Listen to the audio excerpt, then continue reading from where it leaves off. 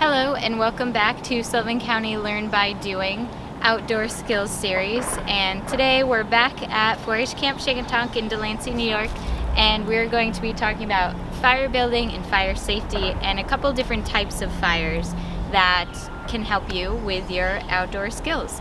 So first of all, when you're picking a spot for a fire, obviously this is an established fire pit. We're at one of Camp Shankitunk's platoonal sites, which is right next to the backpacking trail. And when you're looking for one though, if it's not already established, notice that there's these logs set around as benches, but if you look on the forest floor, there's no dry grass. It's cleared. There are some leaves on the ground. They're wet because we just had a rain, but it's really important to pick a spot that does not have dry foliage around it or dry underbrush around it, because your sparks are more likely to travel and cause a bigger problem. And here we do have a distinct fire ring. It is protected by rocks.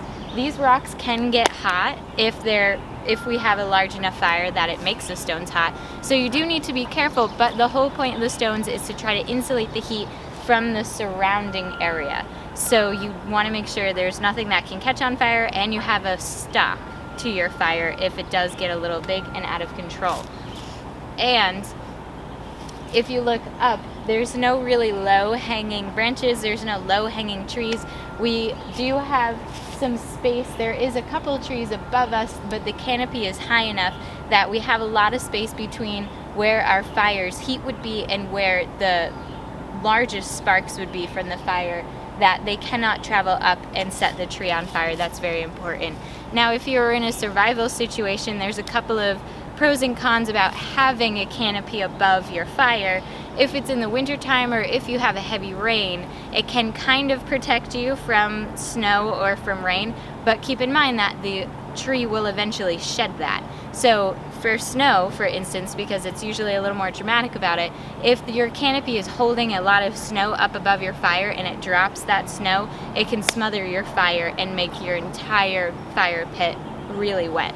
So keep that in mind when you're picking a spot to place your fire. The most important thing is that you can contain it, that it's in an area that will not set anything else on fire. We do not want to start any brush fires, and to make sure also when you're building your fire, unless you're in a survival situation, that you're not doing it during a burn ban. And that usually is in the beginning part of the spring, where it's really a little kind of cold to be out doing outdoor stuff anyway.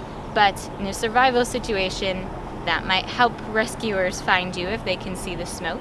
So just keep that in mind. Definitely check the area that you're going to be camping in to make sure they aren't currently in a fire ban. That can happen throughout the year in certain areas. So definitely check that first. And of course, safety first. Make sure that you have a way to control the fire in case it does get out of hand. Have some fire water on hand. And make sure that when you're done with the fire and you go to leave, that you douse the coals and put out anything that looks hot. You don't want the fire to rekindle itself late at night when no one is watching it, so make sure that you definitely do that. If you're in a survival situation, you want the coals to go down. You might not want them to die completely if you're in an area that has a difficult time starting fire because it's wet all the time or anything like that. But just keep in mind that in survival situations, fires happen a lot. So you want to make sure that you have your fire in a safe spot, and that unintentional fires happen a lot. So you want to make sure that you have it in a safe spot away from your shelter, but still easily within view so that you can control it if anything goes wrong.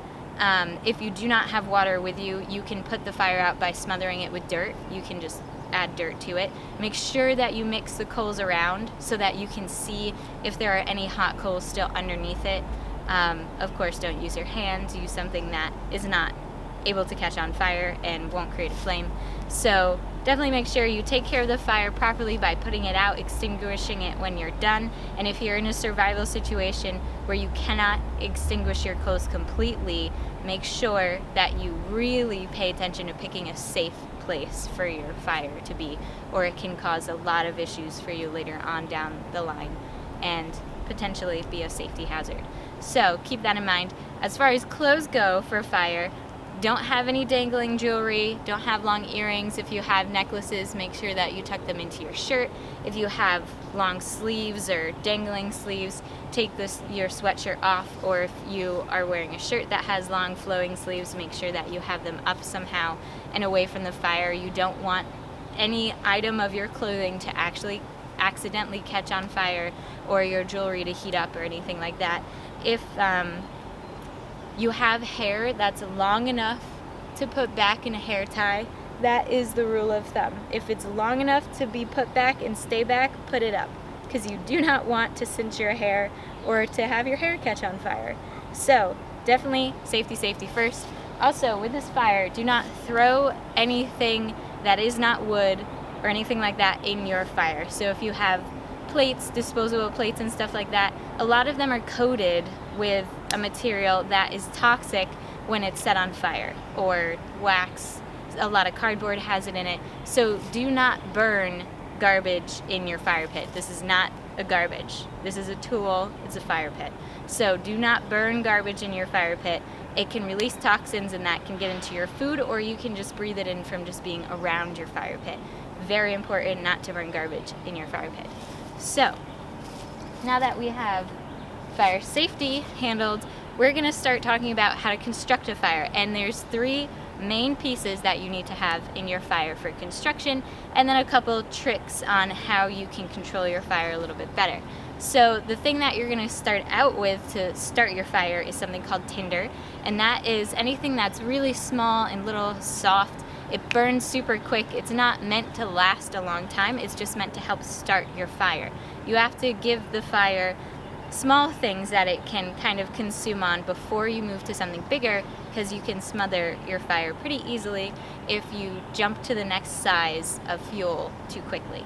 The second thing, so the in-between, that you're going to use is something referred to as kindling, and that again is just a little bit larger, usually more like thin sticks and things like that that you can use to increase the consumption the fire is doing.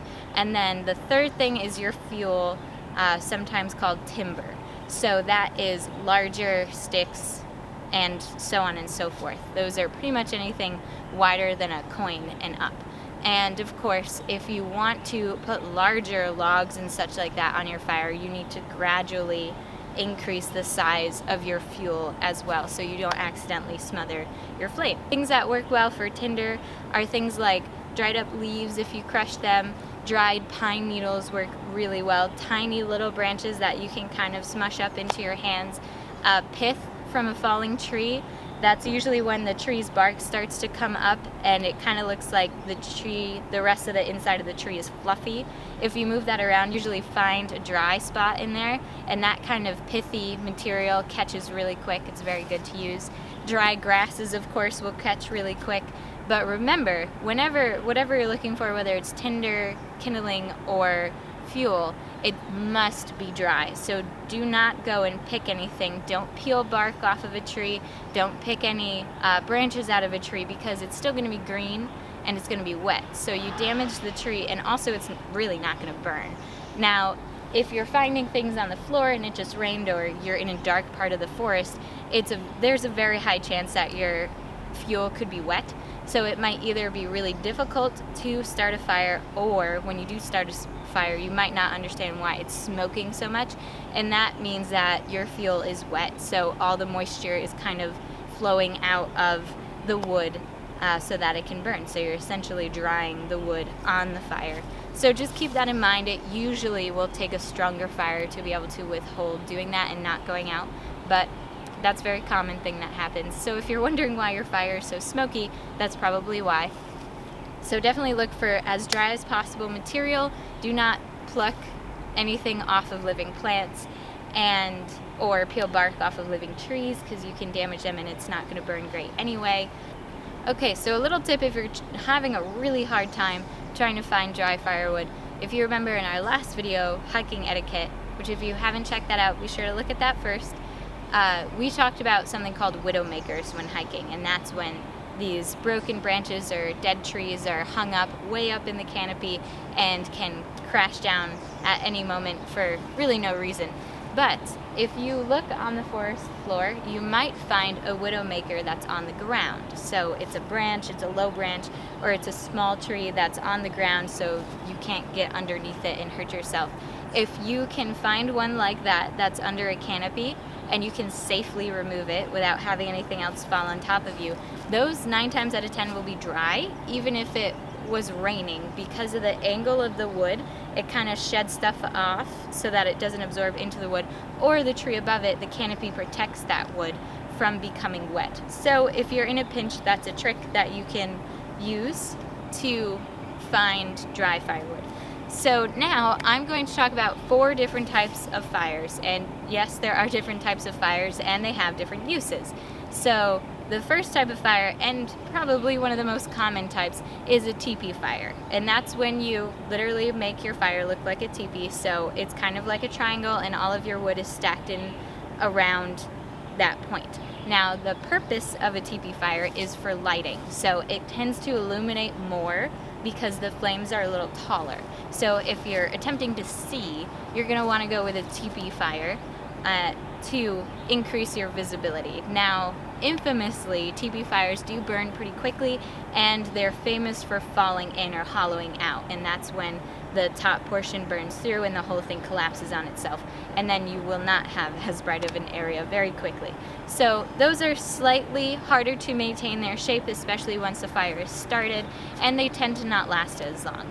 The second type is called a log cabin, and it's constructed just like those little toy log cabins where you stagger the branches and it kind of gets this tall box shape. And the purpose for that is not lighting, because the flames tend to stay small unless you make it really big. But the purpose is to make really nice, really hot coals. And why we want those is for cooking. Coals, of course, is what cooks your food instead of burns your food and leaves it raw on the inside. So if you're looking to make a really strong base coal fire, you're going to want to start with a log cabin. They just make a really nice ground for food and also just to keep your coals alive.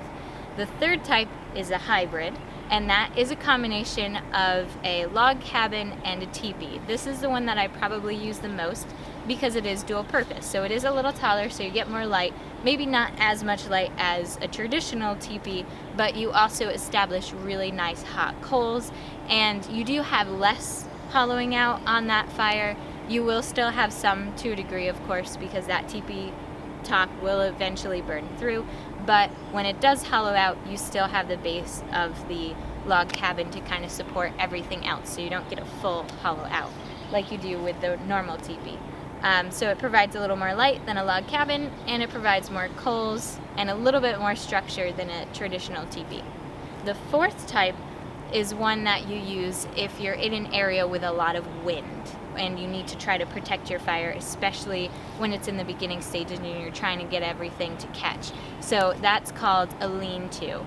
And pretty much a lean-to is large. It sounds a little backwards, but you're gonna start with a large chunk of wood, like a fallen log or anything else you can find. Large chunk to protect the fire that you're trying to make. So if the wind is coming in this direction, or the rain or whatever it is that is making it hard to start a fire is coming in this direction, you put that brace or that windbreak right against it, and then you start making your fire right next to it, and that just helps until the fire is big enough to kind of hold its own. It helps protect it a little bit. So now I'm going to show you what those fires look like. So let's take a closer look. Okay, so as you can see, we have our teepee here, and we have a couple different aspects to it. So our tinder is right in the center here, and then followed by our kindling, which is just kind of on the outside, and then we have our big fuel right here. You can see that, you can imagine that once this top portion burns through on this fire, it would drop. So these do have the most tendency to hollow out. I did leave mine a little scant so that you could see into it okay. But keep in mind that fires have to have air circulation in order to work. The air feeds the fire. So if you make your fires too dense, you'll have trouble starting it because the tinder won't get the chance to spread anywhere or to catch because you're just suffocating the fire. So do make sure you leave some ventilation so that it can catch, but you would definitely have it a little thicker than this one here so that you wouldn't have to feed it as often. So that is the teepee fire, which is used for light. And now I'm going to show you an example of a hybrid. Okay, so this is a hybrid which has a log cabin underneath it. Here you might notice it looks a little thicker in there, a little more structure, and then it has your basic teepee form on top of it. So again, you would make this a little thicker, but I'll give you a closer look on the inside. There you go, you can see the log cabin in there, that structure right there. That looks like a square. So that is the hybrid. All right, and the hybrid again is used for a little bit more visibility, a little bit more height. It illuminates a little bit more than your typical log cabin does, but it still provides you with a good cooking fire, a lot of coals once it's burned through. So that is a hybrid. And now I'm going to show you a lean-to. Okay, so this is our lean-to example. I left the base fire very simple, but you can pretty much do whatever kind of fire you want there as long as your shelter is protecting it. And I just used a wet log, which will help it not catch my shelter on fire, and my little fire shelter, and some wet bark just to give it a little bit more height. Ideally, this log would be a little bit longer so that it has more coverage there, but really it's to help block the elements when you're starting to construct your fire and you're trying to get it to catch fuel. So this is kind of like a temporary thing until your fire is strong enough to handle the elements on its own, but it can be very helpful in a survival situation. Now, for the last example, which is my favorite, and that is a log cabin, because I do a lot of cooking on fires, I'm going to give you a little closer look on how I construct it so you can see. So let's get a closer look at that. Okay, so this is, hopefully you can see it with all the leaves in the background, this is how I usually start my fires. You'll notice that I already kind of have two layers here. So I have a base layer, which all of these leaves are really damp, so I have a base layer here to help protect the little baby fire from getting wet from underneath, and then I have brackets here, and then I have another floor. And the goal with that is to help air circulation underneath the fire when I start it, as well as to protect it from the wet that's around it. So to start with our log cabin fire, we're going to start with some kind of more supportive sticks on the very outside. So a little bit of a larger structure to begin with, which sounds backwards from what we talked about before, but you'll see in a minute. And then we kind of work our way inward to start with some smaller things. So some things that catch a little easier. So this is my tinder pile, and it's made up of, it's very fluffy, it's made up of some pith, some dry leaves, and some old bark. And then I also have these pine needles here, so I'm going to kind of ball them up, make them nice and fluffy. Put that on there as well. And they burn really, really quick, but we're going to hope that they transition to our tinder, which is thin. And I'm going to just kind of bracket those a little bit. And you're going to build your fire, your log cabin, kind of in a Lincoln log style. So you start with your smaller stuff on the inside, which will transition your fire from the tinder to the kindling. So you're going to pretty much make little windows like that, increasing in size as you go. So now a little thicker branches. And then we move gradually towards the outside. And you would do that for a couple layers, and then you would move to again, larger branches. So this is why we started with the slightly larger branches at the end, to support this additional weight that we're adding now. So then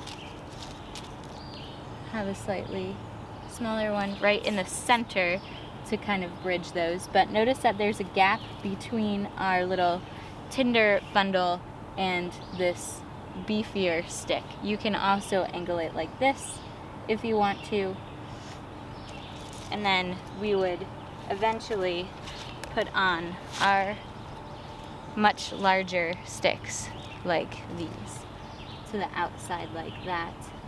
And as you get larger, you would then start to build your fire out to make it wider as opposed to taller. So once this gets started, I kind of like to get this started first, and then I will eventually move. Once that's going pretty good, I would move to having this on the outside like such, just like that.